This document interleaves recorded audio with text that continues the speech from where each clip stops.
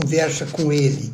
Eu quero agradecer a todos que estão aqui nos prestigiando, dizer que é um trabalho da nossa organização, totalmente vinculado à Universidade Corporativa do GCSM, que hoje tem como reitor o professor Rafael Olivieri e o Gilberto da Silva como diretor de mercado e de operações. Então eu quero agradecer a todos que estão aqui ingressando nesse momento, dizer que daqui a pouquinho receberemos a confirmação da participação do Dr. Henrique Meirelles. Dr. Henrique Meirelles, e eu vou, nesse primeiro momento em que as coisas vão acontecendo, as pessoas vão ingressando aqui, o que eu já de cara já vou agradecendo, falar um pouquinho do nosso trabalho. Em seguida, a hora que o Dr. Henrique Meirelles entrar, nós vamos nos dedicar diretamente às perguntas e respostas. Então, para quem está entrando agora, eu recebi a informação que talvez o Dr. Henrique Meirelles entre com um pequeno atraso, mas é pequeno, mas eu aviso a todos daqui a pouco. Estamos aí nos preparando para tê-lo conosco. Dr. Henrique Meirelles, que tem uma história extraordinária, o seu currículo é realmente invejável pelos cargos que ele ocupou. Acabei de receber aqui uma informação que ele já vai entrar. Acabei de receber a informação que o Dr. Henrique Meirelles já vai entrar. E assim que ele ingressar, nós damos início à nossa... Obrigado, Juan, pela presença. Vejo aqui tantos amigos. Olha, o Tenente Coronel Formaggio aqui, brilhante amigo. Eu estava dizendo que aguardo a presença do nosso convidado de hoje, o Dr. Henrique Meirelles, que daqui a pouco vai entrar, que está se preparando, estava numa reunião com o governador, mas daqui a pouco está entrando para bater um papo conosco. Essa live faz parte do nosso programa de educação continuada do Global Council of Sales Marketing. É um programa de educação. Você que nos prestigia poderá assistir essa live no YouTube, no nosso site. Eu peço a vocês que estão nos assistindo, um favor, uma gentileza especial, não é nem por mim, é mais pelo nosso convidado, figura brilhante, que vocês puderem impulsionar durante o percurso da live com seus contatos, com seus amigos. É muito importante. Eu acho que nós estamos aqui promovendo o conhecimento, promovendo um estado melhor de vida. Nenhuma das lives que nós temos feito, ela tem um pensamento sensacionalista, ela tem um pensamento de gerar qualquer outro tipo de coisa que não seja a qualidade da nossa própria relação de vida. Então eu agradeço a vocês. Às vezes eu fico até chateado, porque eu vejo lives nada contra, mas lives de coisas que não tem nada a ver, né? E com altíssima audiência, às vezes a oportunidade de ouvir um ex-ministro de Estado, ouvir um ex-presidente do Banco Central, um homem que já presidiu internacionalmente o Bank de Boston. É raro isso, é raro. E isso deve ser aproveitado. Então eu peço a vocês que estão aqui comigo agora, todos amigos queridos, que é uma maneira de nos devolver esse trabalho que a gente faz, impulsionando quando a live iniciar, para que nós tenhamos aí uma boa audiência para o nosso convidado de hoje. Obrigado. Aqui Antônio Ambaçaí, querido Antônio, ex-ministro Antônio Ambaçaí, nos cumprimentando aqui. Obrigado, ministro Ambaçaí, trabalho extraordinário. Ministro Ambaçaí hoje foi ministro do governo do presidente Temer, é uma figura maravilhosa e hoje é um secretário de Estado do governo do Estado de São Paulo, sediado em Brasília para cuidar dos interesses de nós paulistanos. Quer dizer, uma honra muito grande ter o senhor aqui, ministro Ambaçaí, Antônio Ambaçaí, querido amigo. Obrigado pela sua gentileza. Bertrand Dupont aqui, Bertrand Dupont, ça va, mon ami? Meu amigo querido Bertrand Dupont, que fez uma live essa semana com o Rogério Igreja, extraordinária. Bertrand fazendo um belíssimo trabalho, diretor também do nosso GCSM. Assim que o ministro entrar, Elcinho Moco, olha que delícia. Obrigado, Elcinho, uma alegria ter você aqui com a gente. Elcinho Moco foi o responsável pela comunicação do presidente Temer, gigante da comunicação. Quero fazer uma live com você, Elcinho, para você contar os segredos para nós dessa novo comportamento da comunicação diante da Covid-19, tá? Eu quero ter o privilégio de ter você conosco aqui. Muito obrigado a todos que estão ingressando. Rodrigo, obrigado pela gentileza. Agradecer a nossa equipe, Tatiana, a Bruna, Gilberto da Silva, que é diretor da nossa Universidade Corporativa. Agradecer aqui a presença do nosso reitor da Universidade Corporativa, o nosso querido professor Henrique Meirelles. Ele entrou, Henrique Meirelles, mas ele não entrou com pedido, Tatiana. Talvez seja interessante orientá-lo lá. Ele pediu o sinal por outro canal. Então, pedi a Tatiana que faça o contato com ele.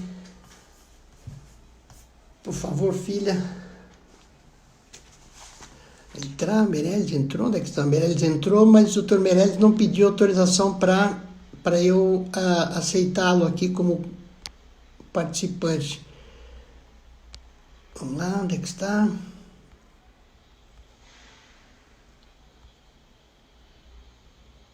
Doutor Henrique Meirelles. Muito bom, onde é que está? Doutor Henrique Meirelles, vamos lá. Ele já entrou, mas eu preciso que ele solicite o sinal para eu aceitá-lo para... Ótimo, estou recebendo a informação que em 1 minuto ele já vai participar. Esse programa faz parte da nossa Universidade Corporativa, do GCSM, e aqui nós vamos conversar aqui, doutor Henrique Meirelles. Muito bom.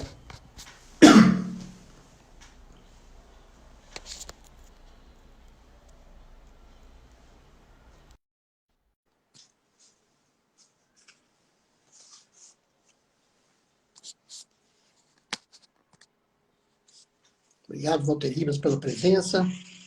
Doutor Meirelles, boa tarde. Nosso secretário já está feliz. Doutor Meirelles, boa tarde. O senhor me ouve bem? Não. Doutor Meirelles, está me ouvindo bem? Tudo bem. Alô? Boa tarde, doutor Meirelles.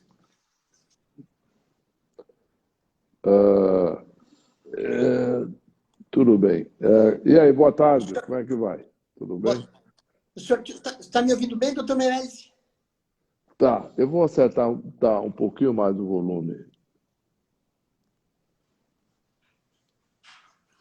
Ok? Fala aí de novo, Ótimo. por favor. Então, agradecer a presença, o aceito do doutor Henrique Meirelles por nos conceder essa live. Dizer a todos que essa live faz parte do programa de educação continuada da Universidade Corporativa do Global Council of Sales Marketing. E eu vou direto para ganharmos tempo, porque nós queremos ouvir o nosso sempre ministro Henrique Meirelles, considerado uma das pessoas mundialmente mais importantes e mais respeitadas no mundo das finanças, por tudo que fez na vida, na área profissional, empresarialmente falando, no mundo privado, presidente do Bank of Boston, conselheiro de grandes organizações, presidente do Banco Central, ministro da Fazenda e hoje secretário de Fazenda e Planejamento do Governo do Estado de São Paulo, dono de uma das mais inconfundíveis pautas, que é clareza e assertividade, e conhecido por todos nós como Chamo Meirelles, e ele foi chamado, sempre atendeu os pedidos, e hoje chamado recentemente para nos ajudar em São Paulo. Ministro, obrigado por ter aceito o nosso convite. Muito obrigado, é uma satisfação estar aqui. Qual é a sua visão, ministro, uma visão geral da crise provocada pelo novo coronavírus e quais são as perspectivas que o senhor vê dentro da recuperação da economia mundial e do Brasil? Olha, é uma crise sem precedentes, porque as crises que nós temos enfrentado são crises de razões financeiras, como é o caso de 2008, razões fiscais, como é o caso de 2014, 15, 16. Em resumo, normalmente, crises anteriores eram crises de ordem financeira ou fiscal, mas, em resumo, crises econômicas, de uma forma geral. Mesmo se voltarmos no tempo Grande Depressão de 19, também do mercado de capitais americano, colapso da bolsa, etc., que gerou toda uma série de consequências. Agora não temos um problema de saúde.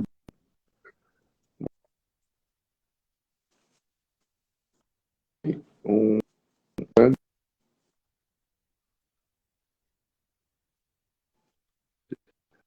se o Estado decide ter um papel menos ou mais ativo na questão do distanciamento social, é mais uma questão aí de tempo, de momento.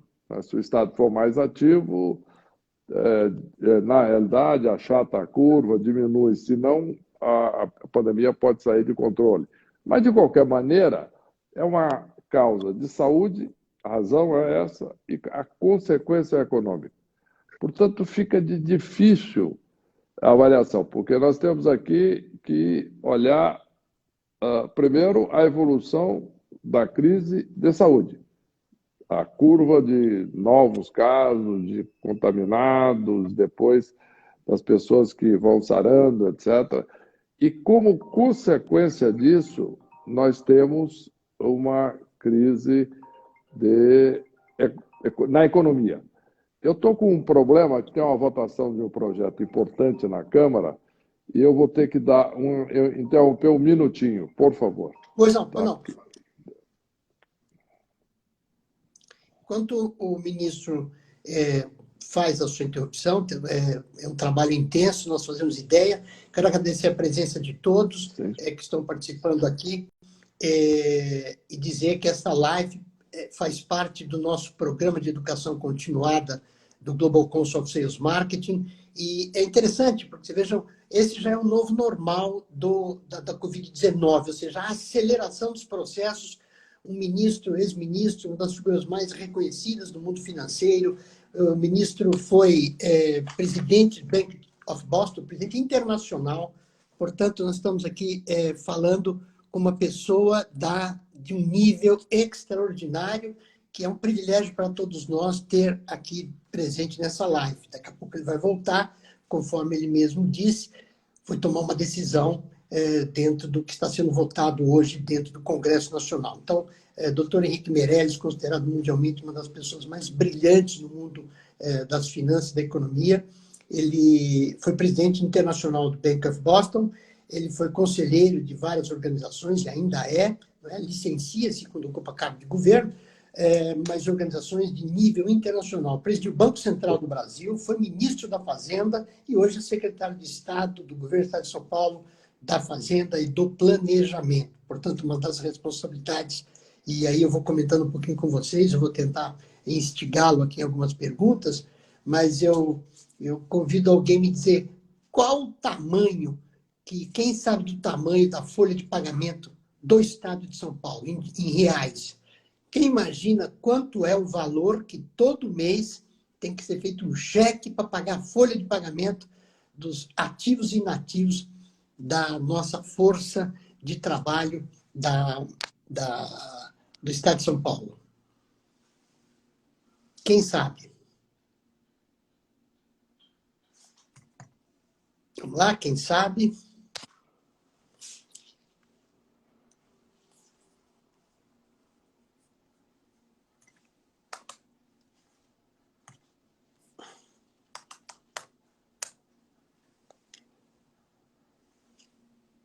Quem sabe?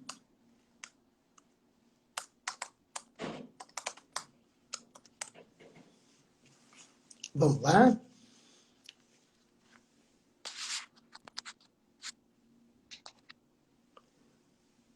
Bom, nós estamos aqui aguardando, só para lembrar a todos, o ministro da Fazenda, ex-ministro da Fazenda, Henrique Campos Meirelles, que vai, então, conversar conosco sobre a situação da economia do Brasil, do Estado de São Paulo, nesse momento de pandemia. Então, está ótimo. O ministro já está voltando, recebeu a informação aqui que está só tomando uma decisão junto com o governo do Estado de São Paulo. É impressionante, e aí eu fiz o questionamento, nós estamos falando de um momento onde um Estado como o de São Paulo, ele tem aí uma movimentação financeira das mais extraordinárias diante da economia nacional e mundial. Nós somos um dos países, o Estado de São Paulo, se fosse um país, ele seria o 19º país do planeta. Nós representamos a 19ª economia do planeta.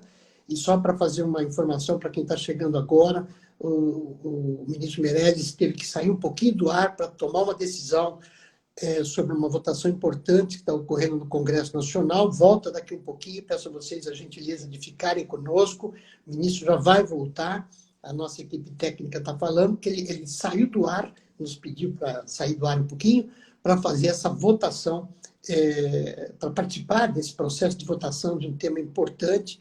E eu até sei o que não quero entrar em detalhes, mas hoje nós sabemos que o Estado de São Paulo busca recursos federais, e aí o Senado Federal, o senador Davi Alcolumbre, deve estar aí tomando providências importantes para nos ajudar no custeio das nossas receitas aqui no Estado de São Paulo. Uma decisão importante está sendo tomada hoje.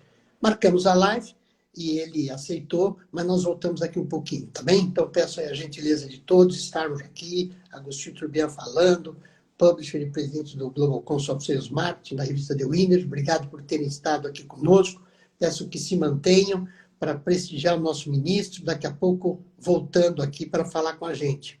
Mais uma vez, só para confirmar, o ministro Henrique de Campos Meirelles foi uma das pessoas que ocupou os cargos mais valiosos no nosso país e a nível internacional, uma das figuras de um currículo brilhantíssimo, a sua assertividade no conhecimento da economia, das finanças, mundialmente falando, ela se confirmou com esses cargos ocupados dentro da nossa economia. Um abraço aqui, estou recebendo aqui o doutor ministro, o ministro está aqui voltando com a gente, está ok.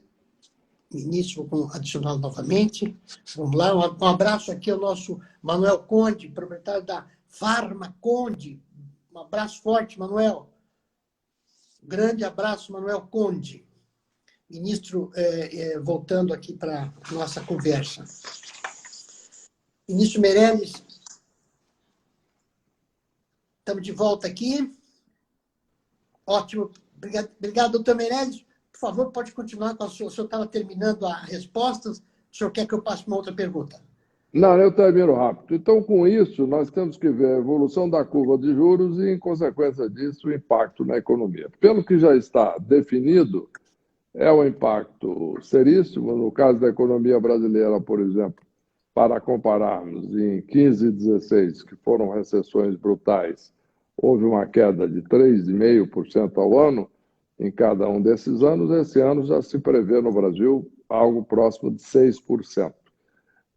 E nos outros países são coisas similares. Na Europa tem vários, a maior parte dos países estão 7, 7,5% hoje, pode piorar. Então, isso tudo mostra a gravidade da crise, é um impacto muito grande, e depois nós vamos, então, trabalhar, uma vez passada a pandemia, vamos todos trabalhar para uma recuperação o mais rápida possível da economia.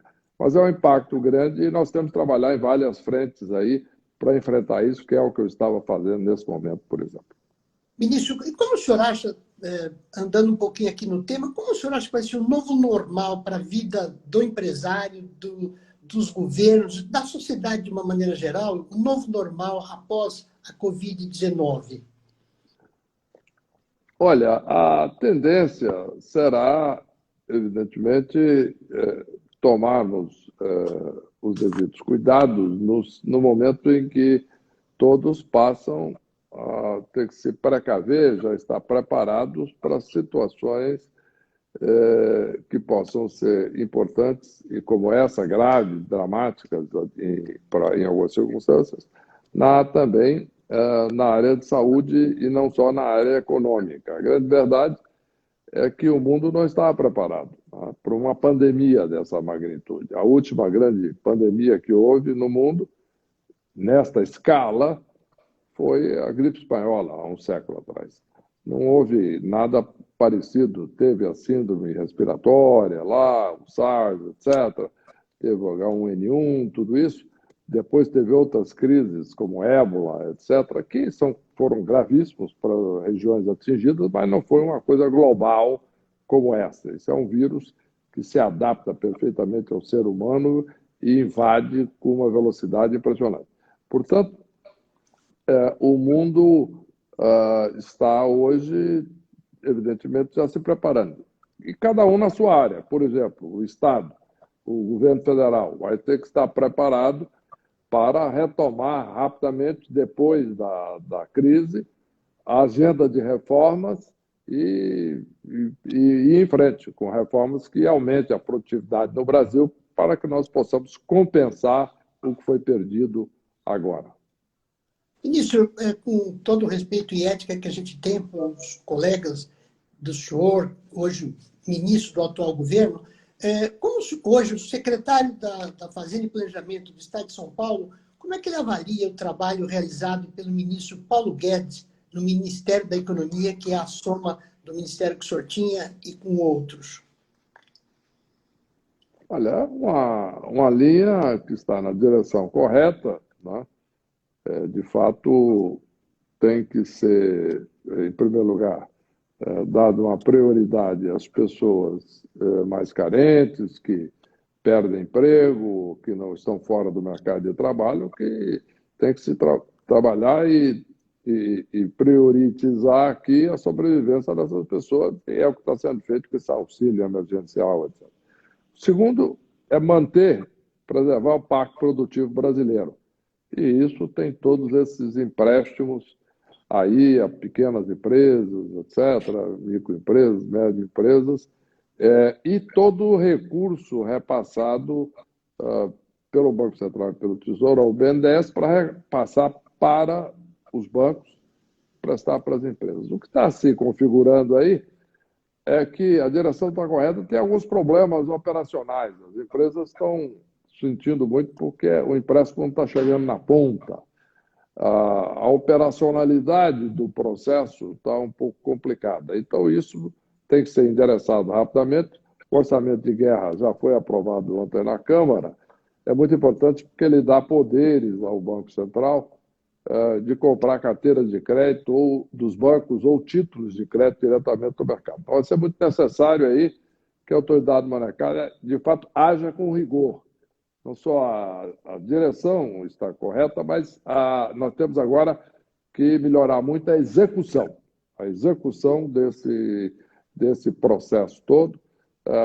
Eu acho que agora a autoridade monetária tem um instrumento, tem poder de fogo e tem condições, de fato, de agir. O importante é que haja com vigor e com a velocidade e a intensidade necessária para que não só as pessoas recebam o necessário para a sua sobrevivência, mas também que as empresas possam sobreviver e possam voltar a produzir depois da crise.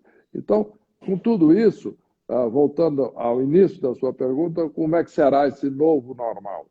É um novo normal onde vai ficar muito mais presente para todos, em primeiro lugar, que nós temos um problema fiscal grave no Brasil, tá? Não estava tão presente na vida e na cabeça de todos isso. Agora isso ficou dramaticamente presente, principalmente com o aumento da dívida pública. O Estado vai ter que tomar medidas que não só prossigam o que já estava sendo feito, mas que sejam rigorosas no sentido de controlar as despesas públicas, reforma administrativa, etc. E depois fazer outras reformas para aumentar a produtividade da economia. Todos têm que estar preparados para situações de crise, ter uma produtividade maior e ter maior capacidade de enfrentamento de crises, que aí são esses diversos mecanismos que estão sendo implantados aí pelos governos do mundo inteiro. Então, é isso. Nós temos que sair depois todos preparados para crises na área da saúde. Esse é o resumo de tudo isso, coisa que não acontecia antes. Ministro, nós levantamos que a Desenvolve São Paulo, que é uma agência de fomento do governo do Estado de São Paulo, criada há alguns anos atrás, ela tinha uma média de pedidos de empréstimos, e essa média foi assim a um número extremo. e a maioria dos micro e pequenos empresários recorriam a essa fonte de empréstimo pela baixa taxa desse custo do dinheiro. O senhor tem alguma previsão de alguma mensagem que pudesse nos dar sobre o que a Desenvolve São Paulo está preparando, produzindo para o micro e pequeno empresário? Olha, nós temos aí um programa para os pequenos e microempresários no Desenvolve São Paulo, né, no Banco Desenvolve São Paulo, uma taxa substancialmente inferior à do mercado normalmente e agora é uma taxa ainda mais baixa. Tá? Então, o banco está preparado para dar prazos mais longos e taxas, de fato, compatíveis com a necessidade das empresas hoje. O problema é que essas agências de fomento estaduais, tal como com os governos dos estados no Brasil, na Federação Brasileira, não têm fonte de financiamento própria, não pode emitir títulos de dívida. Portanto, é muito importante o repasse do governo federal para os estados, seja o repasse que está sendo discutido agora na Câmara dos Deputados, foi aprovado no Senado no sábado, e que vai viabilizar um auxílio para os estados para compensar a queda na arrecadação e que o estado continue a prestar os serviços básicos à população. E, no caso do Desenvolve São Paulo, é necessário o repasse de recursos do BNDES.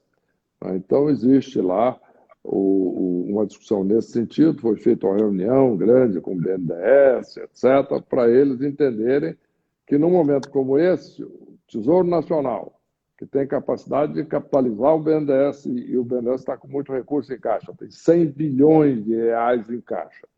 Não adianta ficar tentando lá aplicar isso por conta própria, porque não vai conseguir através do sistema financeiro. Então, tem que usar instituições também, como a Desenvolve São Paulo, que tem uma capacidade de empréstimo enorme.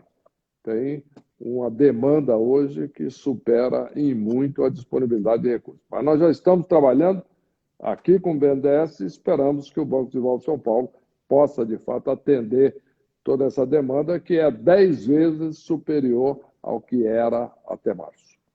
Ministro, uma coisa que para nós, e a pesquisa que fizemos para fazer essa pergunta para o senhor, foi em função de que, assim como nas classes sociais de renda das pessoas, classes mais pobres, a média, mais altas, a mesma configuração no mundo empresarial. O pequeno microempresário, ele faz a seguinte pergunta para nós, nas nossas organizações, é por que eu não posso receber a fundo perdido um estímulo, porque eu vou acabar com as minhas atividades, devolvendo esse dinheiro ao Estado, porque eu produzo emprego, renda, e eu mantenho a atividade econômica, eu saio da informalidade. Por que eu estou sendo prejudicado e o governo federal e outros governos ajudando a sociedade menos favorecida, que está correto, nós não somos contra, mas há o anseio de dizer, não é possível a Desenvolve São Paulo quebrar essa barreira e criar um fundo de empréstimo, empréstimo de fundo perdido para estimular o micro e pequeno empresário para ele deslanchar nesse momento, ministro? Olha, a pergunta é certa, feita para a instituição errada. Tá certo? A resposta é sim.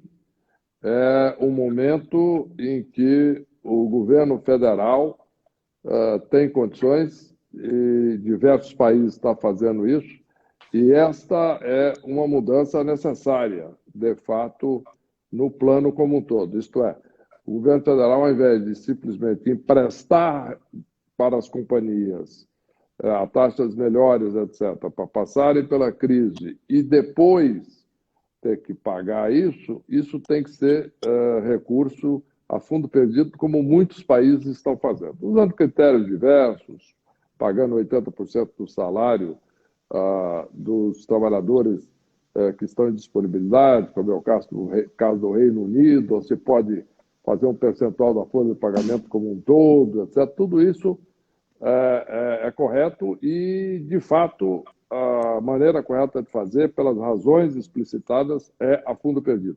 O Estado não tem recurso para isso aqui é importante. O Estado não pode emitir título de dívida. Isto, no Brasil, é um monopólio do governo federal.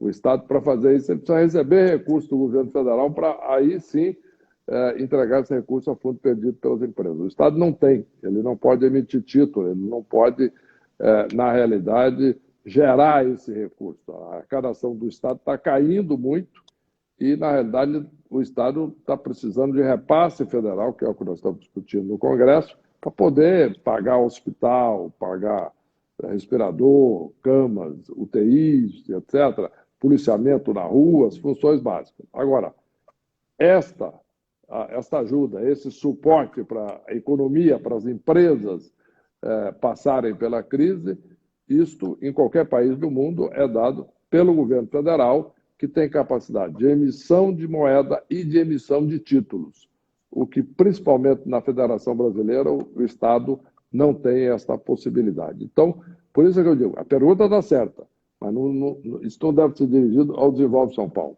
deve ser dirigido ao Tesouro Nacional.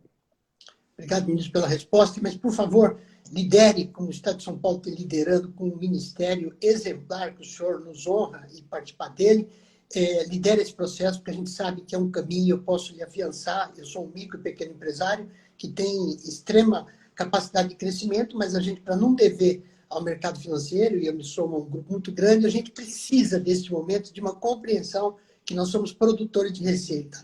Mas eu queria tocar num tema aqui com o senhor que é recente.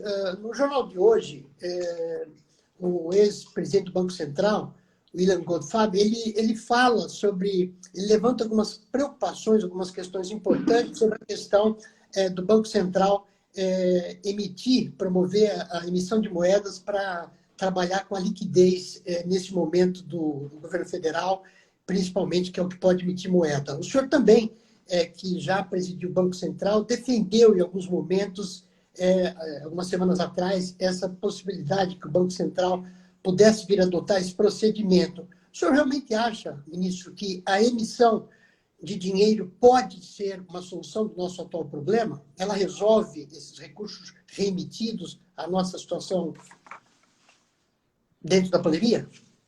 Olha, eu consegui entender o escopo da sua pergunta como um todo, apesar que tem algumas interrupções no meio. Mas o que eu posso lhe dizer é o seguinte, isso que de fato não é exatamente a emissão de dinheiro, é uma expressão popular, né? Como nos Estados Unidos, o presidente do Banco Central usou em 2007 a expressão helicopter money, isto é como se fosse jogar dinheiro de helicóptero. Evidentemente que isso não era literal. O que está se falando aqui é o Banco Central expandir um pouco a base monetária, né? E isto é algo que bancos centrais do mundo inteiro estão fazendo. Por quê?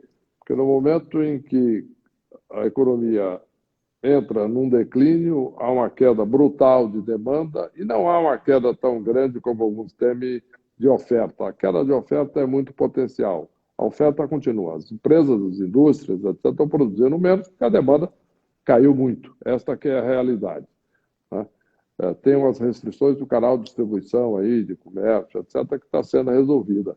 Então, o que nós temos é um problema, de fato, de demanda. As pessoas estão, de um lado, perdendo suas fontes de rendimento, estão, portanto, comprando menos, com as medidas todas corretas de distanciamento social. Isso também faz com que caia a demanda.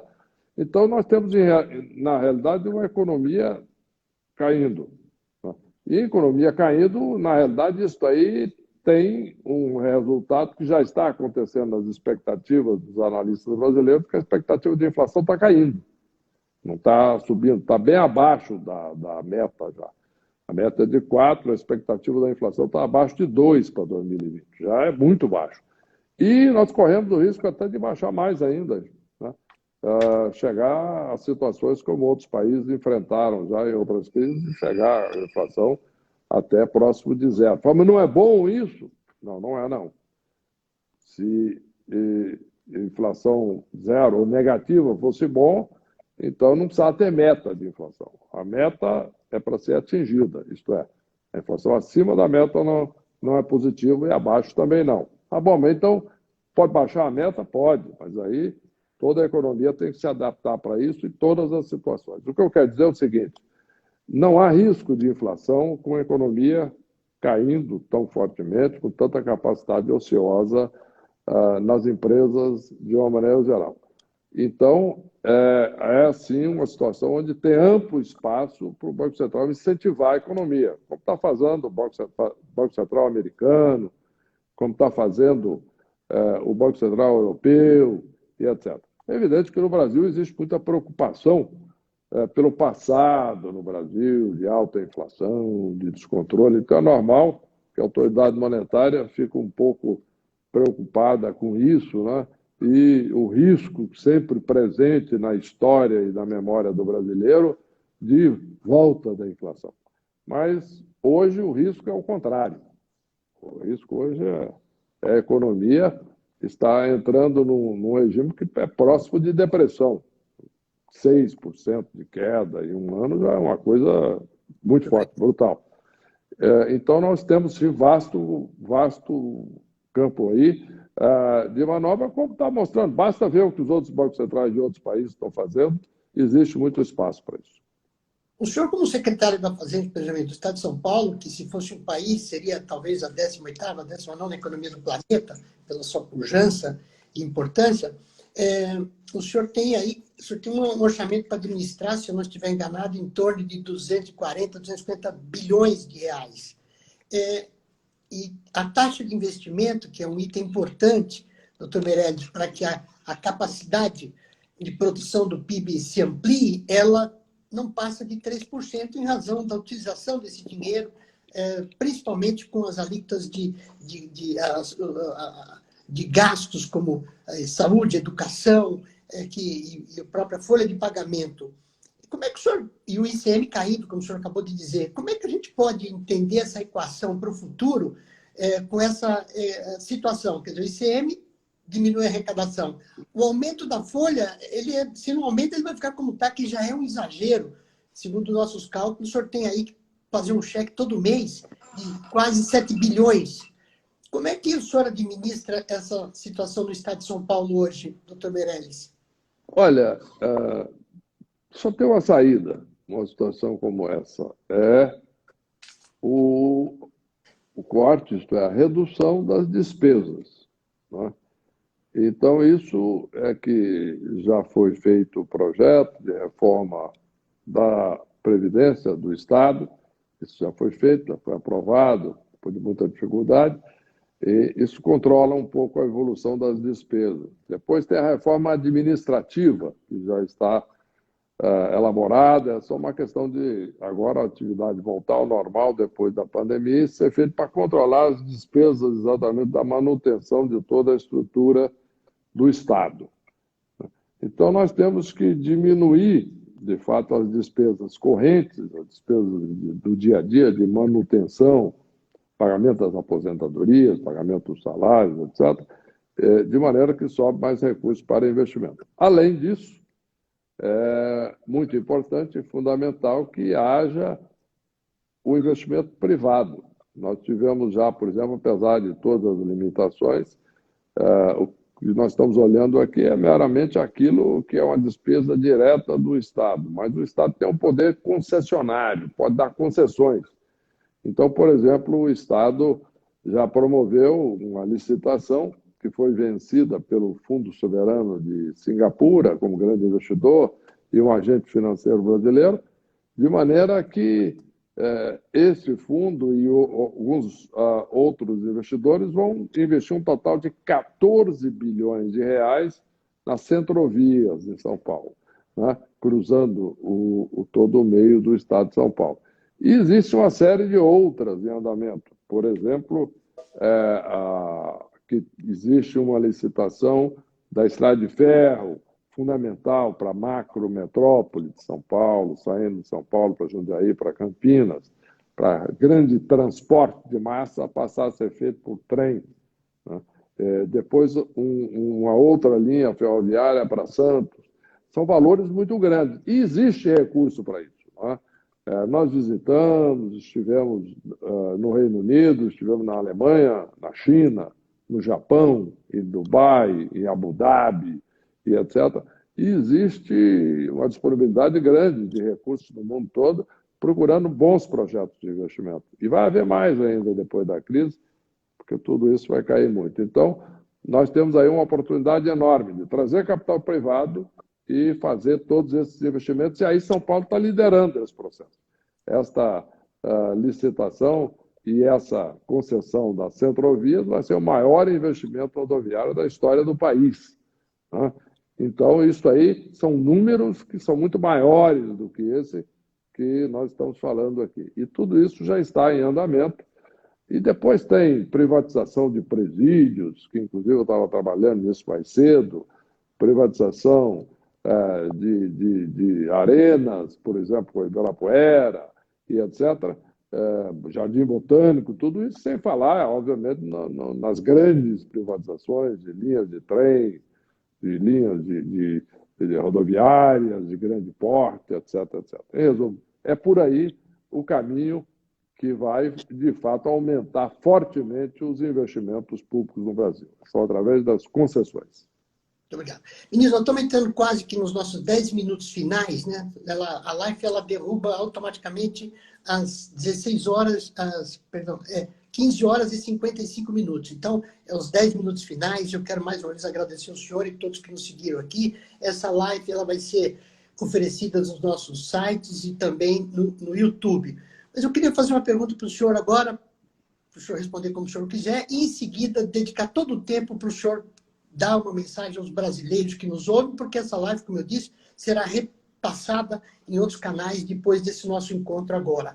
Ministro, o senhor, pela sua carreira profissional, pelos cargos que o senhor ocupou na vida privada, o senhor sempre teve acesso a todos os presidentes da República com respeito pelo que o senhor fazia como homem da vida privada.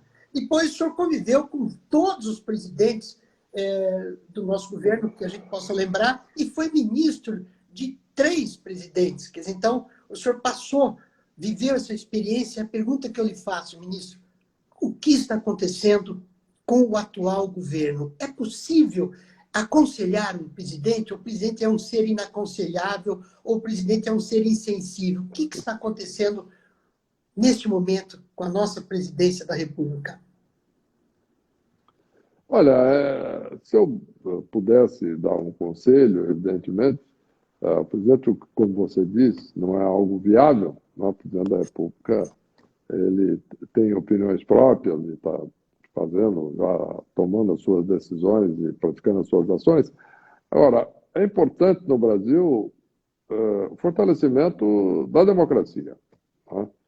Então, o que existe é um sistema que, como já disse o Winston Churchill, grande histórico primeiro-ministro inglês, que foi o grande artífice da vitória lá, digamos, na frente europeia da Segunda Guerra Mundial, da Europa Ocidental, o Churchill dizia uma coisa: a democracia é cheia de defeitos, mas é o melhor regime que existe. Tá? Em resumo, não há nada que tenha condições, depois de séculos de evolução do sistema político, nada que possa substituir a democracia. Então, nós temos que reforçar a democracia. Então, tem que reforçar um ponto fundamental da democracia, que é a divisão de poderes. O executivo tem o seu poder, a sua função, que é muito forte, muito importante. O Congresso Nacional tem o seu poder e o Judiciário, o Superior Tribunal de Justiça, o Supremo Tribunal, e toda a estrutura judiciária tem o seu poder. E é muito importante esse equilíbrio para que o país possa prosperar, prosseguir, crescer e andar. Por exemplo, hoje, eu estou trabalhando já nos últimos dias intensamente junto aos parlamentares do Congresso Nacional, que é onde está sendo decidida estão sendo decididas medidas muito importantes para o enfrentamento da crise. O Executivo tem o papel, como o próprio nome indica, de executar. Agora, o Legislativo, legislar. E o Judiciário para arbitrar, decidir os conflitos. Portanto, é muito importante a preservação dessa normalidade democrática, isto é, o equilíbrio entre os 3 poderes. Isso é fundamental para que o país prospere e cresça. Segundo, eu gostaria, como mensagem geral, dizer que a crise é forte, é a maior crise que nós já enfrentamos, não tem dúvida disso, mas que as medidas estão sendo tomadas, seja de distanciamento social, de quarentena, etc., em alguns lugares já falando, de fato, em medidas, de fato, de fechamento mesmo das cidades, do chamado lockdown, proibindo circulação, e etc., se necessário. Algumas capitais do país já estão fazendo isso. São Paulo está longe disso, está com uma medida que eu acho na medida certa, uma ação na medida certa, e isso vai passar. Um custo grande, mas vai passar. O que nós temos é que olhar para frente e enfrentar o que tiver que enfrentar agora, sem medo de gastar os recursos necessários para controlar a crise de saúde, salvar a vida das pessoas, proteger o parque produtivo. E, depois disso, vamos todos trabalhar em construir uma economia mais forte, mais produtiva e um país, portanto, mais próspero, e todos aqueles projetos que já foram desenvolvidos, etc., como eu mencionei alguns, que possam ser aprovados e nós tenhamos aí um país crescendo, todos podendo prosperar e ter uma aspiração para uma vida melhor. Agora, não há dúvida que temos uma crise gravíssima, dramática, e numa crise como essa nós temos que focar na crise, proteger, salvar a vida das pessoas, salvar o Parque Produtivo Nacional e, a partir daí, com essas duas coisas, principalmente vidas. As pessoas têm que sobreviver para que o país depois possa crescer e produzir. É isso. Obrigado. Ministro Meirelles, eu quero agradecer ao senhor em nome de toda a nossa organização. Trago aqui vários abraços, mas o doutor Mário Garneiro me pediu para transmitir um abraço ao senhor.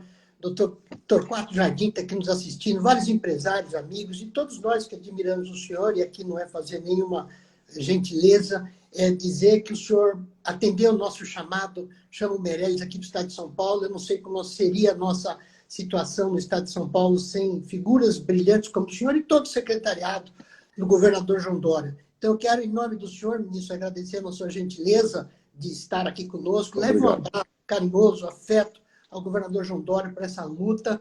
É difícil imaginar como é que está sendo enfrentar esse momento de pandemia com essa escassez de recursos. Agradecer a todos que participaram aqui conosco.